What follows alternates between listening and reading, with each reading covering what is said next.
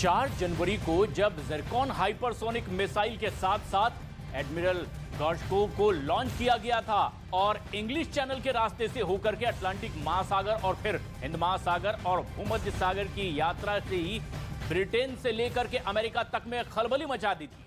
और वो इसलिए क्योंकि दुनिया में किसी भी मुल्क के पास ना तो ऐसी जंगी जहाज पर तैनात होने वाली मिसाइलें हैं और ना ही इतनी ज्यादा रफ्तार में वार करने वाली क्रूज मिसाइलें हैं। और इसे रोक पाना किसी भी मुल्क के बस की बात नहीं है। यहां तक कि सुपर पावर अमेरिका भी ऐसी मिसाइल के लिए तरसता नजर आता है और ऐसी मिसाइल को रोकने के लिए डिफेंस सिस्टम बनाने की जुगत में लगा हुआ है।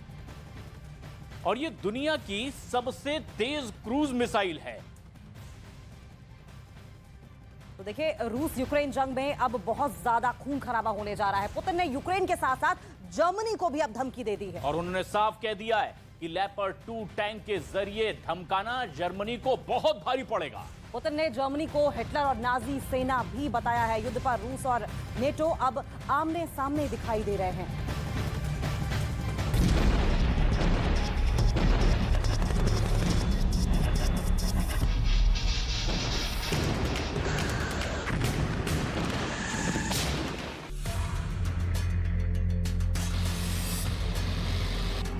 11 महीने की जंग के बाद आखिर पुतिन को यह क्यों कहना पड़ा है कि वो जर्मनी के हिटलर टैंकों को तबाह करके रख देंगे? 11 महीने की जंग के बाद पुतिन ने नेटो को क्यों धमकी दी है कि अब जंग का फैसला परमाणु युद्ध से होगा? आखिर 24 फरवरी को रूस जंग में ऐसा क्या करने जा रहा है जिसकी वजह से यूक्रेन और नेटो के होश उड़ गए?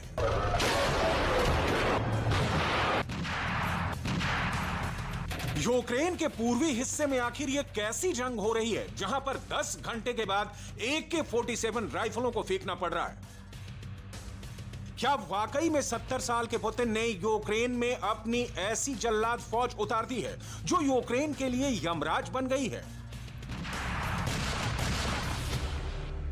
रूस यूक्रेन जंग इतनी भीषण हो चुकी है जहां हर दिन 1000 से ज्यादा सैनिक मर रहे हैं। 345 दिन की जंग में अब रूस के 1,30,000 से ज्यादा सैनिक मारे जा चुके हैं।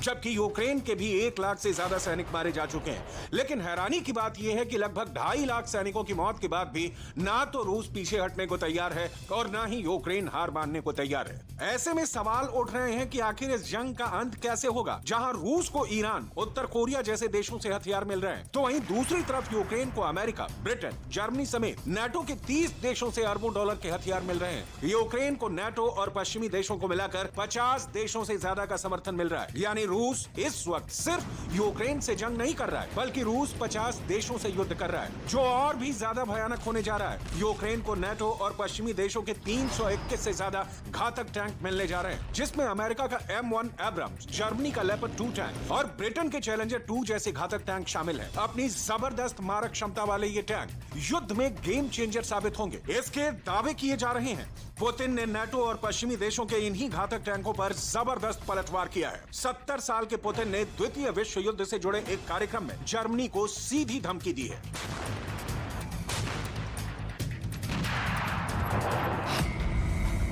पुतिन ने जर्मनी को नाजी सेना और हिटलर से जोड़ते हुए कहा है कि रूस जर्मनी को नाजी सेना और हिटलर टैंक को जंग में तबाह करके रख देंगे। पुतिन ने रूस यूक्रेन जंग की तुलना नाजी जर्मनी के आक्रमण से की है। पुतिन ने नेटो और पश्चिमी देशों को चेतावनी देते हुए कहा है कि रूस के साथ नेटो और पश्चिमी देशों का युद्ध बहुत विनाशकारी होगा। पुतिन ने जर्मन लेपर्ड 2 टैंकों को खतरा बताते हुए कहा है कि जर्मनी को इसकी भारी कीमत चुकानी पड़ेगी। पुतिन ने धमकी दी है कि मौजूदा हालात अगर इसी तरह से रहे तो फिर मॉस्को परमाणु हथियारों का इस्तेमाल कर सकता है।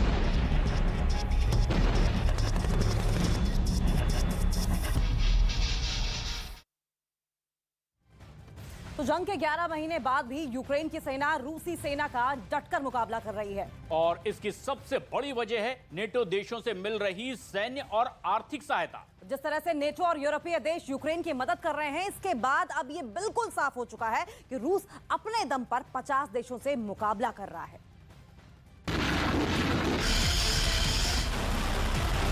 रूस यूक्रेन युद्ध को 11 महीने से ज्यादा का समय हो चुका है। हर दिन 6000 से 10,000 तक तोप के गोले दागे जा रहे हैं। रोज लगभग 50 मिसाइलों से। न्यूज़ 18 इंडिया की web series FIR number 208 streaming now.